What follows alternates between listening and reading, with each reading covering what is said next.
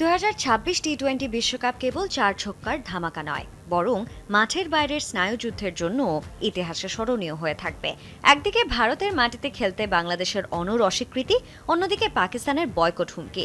সব মিলিয়ে টুর্নামেন্টটি একসময় অনিশ্চয়তার মেঘে ঢাকা পড়েছিল, কিন্তু শঙ্কার মেঘ কেটে গিয়ে অবশেষে পরিপূর্ণভাবে শেষ হয়েছে এই টুর্নামেন্ট। টুর্নামেন্ট ঘিরে নানা নাটকীয়তা থাকলেও এই নিয়ে কোনো কথা বলতে দেখা যায়নি আইসিসি প্রেসিডেন্ট জয় শাহকে। তবে এতদিন পর এসে তিনি মুখ খুলেছেন, এক কথায় বুঝিয়ে দিলেন নিজেদের আধিপত্যের কথা। মুম্বাইয়ে আয়োজিত এক অনুষ্ঠানে তিনি জানালেন, ব্যক্তি বা দল নয়, দিন শেষে সংস্থাই শেষ কথা।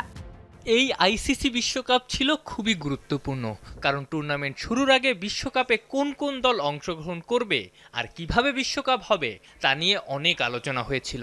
আইসিসির চেয়ারম্যান হিসেবে আমি বলতে পারি, কোনো দল সংস্থার চেয়ে বড় নয় এবং একটি দল সংস্থা তৈরি করতে পারে না, একটি সংস্থা সব দলের সমন্বয়েই তৈরি হয়।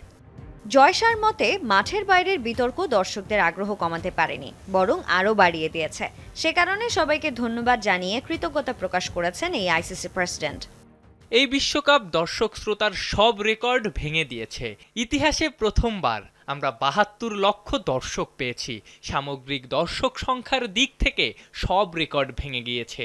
আপনি যদি দেখেন, যুক্তরাষ্ট্র ভারতকে বিপাকে ফেলেছিল, নেদারল্যান্ডস পাকিস্তানকে, জিম্বাবুয়ে হারালো অস্ট্রেলিয়াকে, ইংল্যান্ডকে ভয় ধরিয়ে দিয়েছিল নেপাল। আমি সব সহযোগী দেশকে অভিনন্দন জানাই, তারা পূর্ণ সদস্যদের বিপক্ষে খুব ভালো করেছে।